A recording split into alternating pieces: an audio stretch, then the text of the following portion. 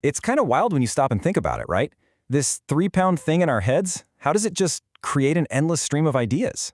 Well, today we're going to dive into a really cool idea that connects how we think with how AI thinks. It's all about something called the topology of mind. And that's really the big question, isn't it? I mean, your brain isn't just a hard drive pulling up old files. We're constantly creating. We improvise, we dream up stuff that's never happened, we say sentences that have literally never been said before in the history of the universe. So how does this finite system create infinite possibilities? It honestly feels like magic. But today, we're going to pull back the curtain and look at the actual mechanics. All right, so first up, let's just take a moment to appreciate what we're even talking about here. That incredible, boundless universe inside our own heads. I mean, really think about it. Your thoughts, they're not like a list of files you click open, right? It's more like a river. It just flows. Ideas bump into each other, memories pop up out of nowhere, plans just kind of form. It all feels so spontaneous, so limitless, like it's coming from some deep magical wellspring. But what if that feeling, that entire experience is actually guided by a hidden structure? Okay, now here's where things get really interesting. We're going to bring in a surprising parallel, because this same mystery, it's playing out right now, but not in our brains. It's happening inside silicon chips. So check this out. It's a side-by-side comparison, and it's pretty wild. On one side, you've got us, humans. We generate, well, everything. Plans for dinner, deep philosophical ideas, the intention to pick up a coffee cup. We're always picking from a whole menu of possible actions. And on the other side, you've got an LLM. It generates text by picking from a probability distribution of possible words, or tokens as they're called. So even though we come from totally different places, squishy biology versus pure math, at the end of the day, we're both just generative engines. So, how on earth do these two totally different systems pull off the same trick? Well, the answer lies in this really powerful, kinda invisible idea. And this right here, this is the key to the whole thing. It's called a learned topology. Now that sounds super technical, I know, but just think of it like an invisible map inside your head. It's not a map of places, it's a map of ideas and relationships. It's a structure you build up over your entire life, and it determines everything. Which thoughts feel close to each other, which ideas just naturally cluster together, and which paths of thought are like super highways. It literally sculpts the landscape of your imagination. So how do we build these maps? Well, for us humans, it's built from everything. The literal wiring of our neurons, everything we see and hear, our emotions, our memories. It's messy and organic. For an LLM, it's a bit different. It builds its map by crunching through trillions of words and just finding the statistical patterns. It figures out that king and queen hang out together, or that running is a close neighbor to sprinting. So, see?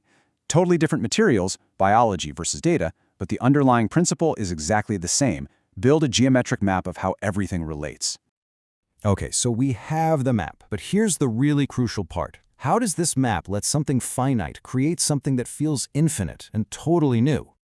And this is the paradox at the heart of it all. We start with a finite set of tools, right? A limited alphabet, a limited vocabulary, a limited set of experiences.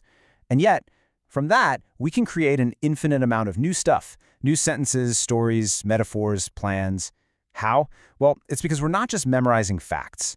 We're learning the geometry of it all. We're learning the shape of the relationships between things. And once you have the map, you can draw an infinite amount of new routes. So let's break down how this generative process actually works, because it's almost the same for both of us. Step 1, it all kicks off with a prompt. It could be something you see, a question someone asks you, or for an AI, some text you type in. Step 2, your brain or the AI immediately starts to follow the easiest, most well-worn paths on its internal map. You can think of these as learned gradients.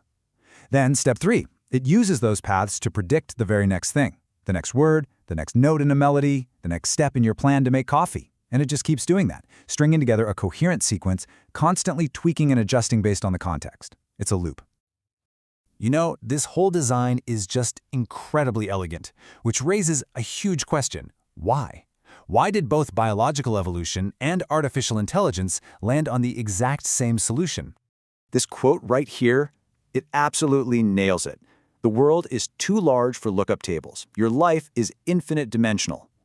Think about that. It's just impossible to memorize everything. You can't have a pre-written script for every possible conversation you'll ever have. The world is way too complex, way too unpredictable for that. A system based on just memorizing answers, a giant lookup table, would crash and burn immediately. And that's why this topology idea is so brilliant. It's just way more efficient.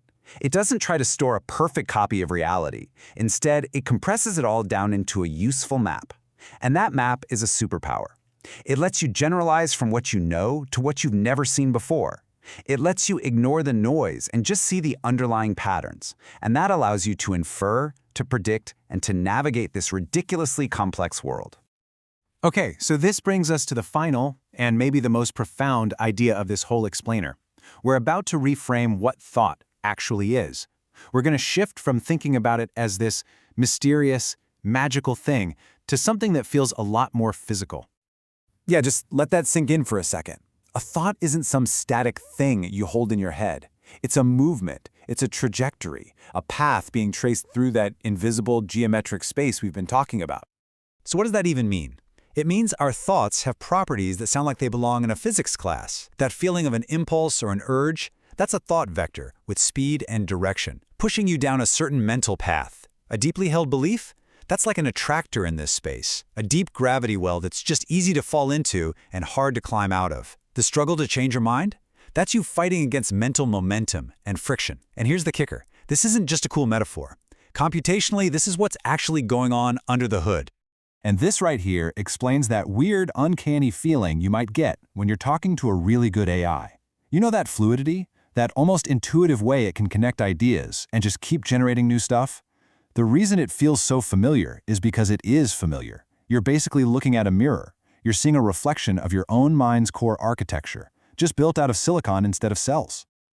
So what's the big takeaway here? It's this. That mysterious, creative, seemingly infinite stream of consciousness we all experience, whether it's flowing through our neurons or through a computer's matrices, it's all just movement. Movement through a learned geometric space. All that complexity, all that creativity, all that magic, at the end of the day, all thought becomes geometry. And now that we can start to see the map, just imagine what new paths we're going to find.